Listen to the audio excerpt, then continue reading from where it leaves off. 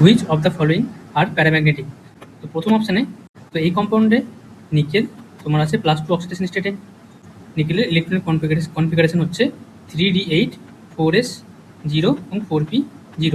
তো আমি যদি নিকেলের ডি সাবসেল ড্র করি তাহলে 3dতে তোমার আছে 8টা ইলেকট্রন, 4s এবং 4p, 4s এবং 4p এটা কি আছে ভ্যাকেন্ট।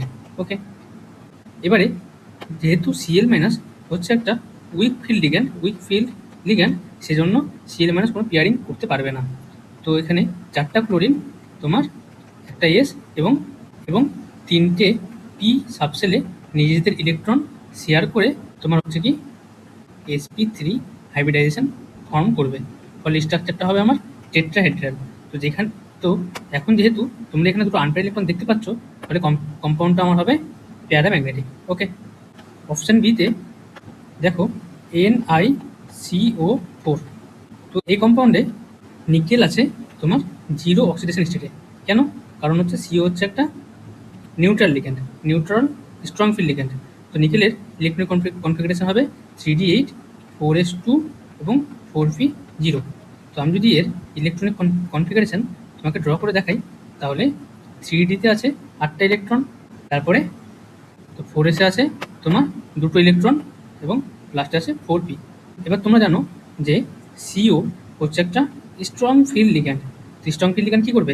এখানে পেয়ারিং ঘটাবে, মানে তোমার এই যে ইলেকট্রনটা আছে সে ইনার অরবিটালে শিফট করবে এবং 4s ইলেকট্রনগুলো 3dতে আসবে। ঠিক আছে, ফলে যখন CO লিগ্যান্ড মেটালের ডি অরবিটালের সঙ্গে ইন্টারাকশন করার জন্য আসবে তখন নিকেল তার ডি সাবসেলের ইলেকট্রনগুলোর রিঅ্যারেঞ্জমেন্ট করবে এবং এখন ডিতে তোমার আসবে টোটাল 10টা ইলেকট্রন। 4s হয়ে যাবে ভ্যাকেন্ট এবং 4p তো আগে থেকেই ভ্যাকেন্ট ছিল। তো 4টে CO লিগ্যান্ড ছিল তারা এখন প্রত্যেকে তোমার একটা এস এবং 3টে পিতে নিজেদের ইলেকট্রন শেয়ার করে তোমার যে হাইব্রিডেশন ফর্ম করবে সেটা হচ্ছে sp3 এবং আগের মতোই এর স্ট্রাকচার হবে টেট্রাহেড্রাল। কিন্তু এখানে দেখো তোমরা কোনো আনপেয়ার ইলেকট্রন দেখতে পাচ্ছ না, ফলে এই যে কম্পাউন্ডটা সেটা হবে কি আমার diamagnetic compound, diamagnetic. Next option সিতে 2 নেগেটিভ। তো এখানেও নিকেল তোমার আছে +2 অক্সিডেশন স্টেটে। তো নিকেল +2 এর ইলেকট্রনিক কনফিগারেশন 3d8 4s0 এবং 4p0। তো আমি যদি এর ডি সাবসেল ড্র করে দেখাই তাহলে এটা হচ্ছে আমার 3d 1 2 3 4 5, তারপর আসবে 4s, তারপর আসবে আমার 4p। ওকে, তো 3d 4s এবং 4p। ওকে, তো এখন ডিতে আছে টোটাল 8টা ইলেকট্রন, 4s এবং 4p হচ্ছে ভ্যাকেন্ট। তো তোমরা জানো যে Cn- হচ্ছে একটা স্ট্রং ফিল্ড অ্যানায়নিক লিগ্যান্ড। ঠিক আছে, স্ট্রং ফিল্ড লিগ্যান্ড কী করবে? আবার পেয়ারিং ঘটাবে। পেয়ারিং করলে আমার এই ইলেকট্রনটা ইনার অরবিটালে শিফট করবে। ঠিক আছে, ইনার অরবিটালে শিফট করলে যখন Cn- মেটালের কাছে মেটালের ডি অরবিটালের সঙ্গে ইন্টারাকশন করার জন্য আসবে তার আগেই মেটাল তার ডি সাবসেলের ইলেকট্রনগুলোর রিঅ্যারেঞ্জমেন্ট ঘটাবে। ঠিক, এবং রিঅ্যারেঞ্জমেন্ট ঘটিয়ে তোমার 3d এর ডিতে একটা সাবসেল ভ্যাকেন্ট আসবে 4s এবং 4p। ফলে 4টে যে তোমার Cn- লিগ্যান্ড আছে তারা কি করবে কি Cn- লিগ্যান্ড তারা একজন ইনার 3d সাবসেলে ইলেকট্রন দেবে এবং বাকিরা 4s এবং 4pতে ইলেকট্রন শেয়ার করবে এবং ইলেকট্রন শেয়ার করে এরা যে হাইব্রিডাইজেশন ফর্ম করবে সেটা হচ্ছে DsP2। তো তোমরা জানো যে DsP2 হাইব্রিডাইজেশনের জন্য স্ট্রাকচার কী হয়? Square planer. ঠিক আছে, তো স্কোয়ার প্লেনার কমপ্লেক্সের ক্ষেত্রে তো তোমরা এখানে সর্বদা দেখতে পাচ্ছ এখানে কোনো আনপেয়ার ইলেকট্রন নেই। তো আনপেয়ার ইলেকট্রন না থাকার জন্য এই কম্পাউন্ডটা কী হবে আমার ডায়াম্যাগনেটিক। এবারে পরেরটা যাওয়া যাক। অপশান ডিতে তোমার দিয়েছে Ni H2O6 2+। তো এখানে নিকেল আছে তোমার +2 অক্সিডেশন স্টেটে।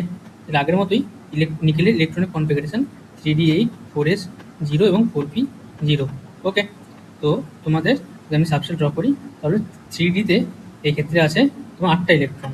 ওকে, তো 1 2 3 4 5 6 7 8 3d, তারপরে 4s, তারপরে আছে আমার 4p এবং আউটার ডি অরবিটাল সেটা হচ্ছে আমার 4d।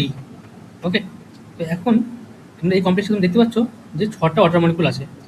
এসে এবং 4pতে নিজেদের ইলেকট্রন শেয়ার করে তোমার যে হাইব্রিডাইজেশন ফর্ম করবে সেটা হচ্ছে একটা এস, 3টে পি এবং 2টো ডি, মানে S p3d2।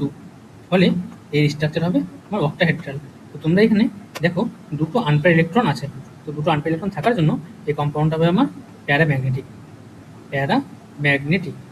Magnetic option A আর অপশান ডি এর কম্পাউন্ডের কমপ্লেক্সটা হচ্ছে প্যারাম্যাগনেটিক।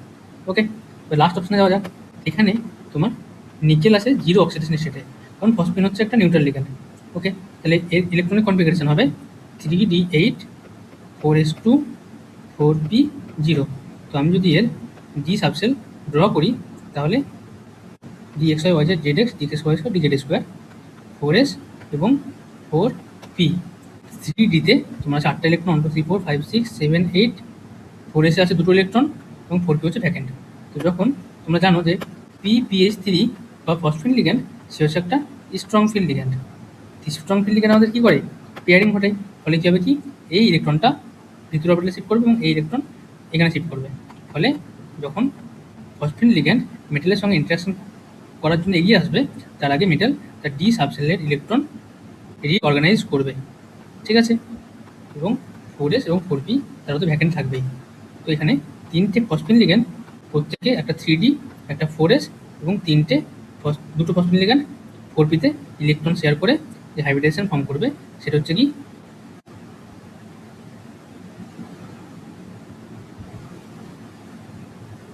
DsP2। তো DsP2 হাইব্রিডাইজেশনের জন্য কমপ্লেক্সের স্ট্রাকচার হয় স্কোয়ার প্লেনার। তাহলে তোমরা এখানে দেখো যে কোনো আনপেয়ার ইলেকট্রন নেই। তো কোনো আনপেয়ার ইলেকট্রন না থাকার জন্য এই কম্পাউন্ড হবে আমার ম্যাগনেটিক। তাহলে আমাদের প্রশ্নে কী যাচ্ছে, প্যারাম্যাগনেটিক। তো আমরা এখান থেকে প্যারাম্যাগনেটিক কমপ্লেক্স কোনগুলো পেয়েছি, তো অপশান নাম্বার এ এবং অপশান নাম্বার ডি। তাহলে এ আর ডি মানে অপশান 4 হচ্ছে আমার কারেক্ট অ্যান্সার।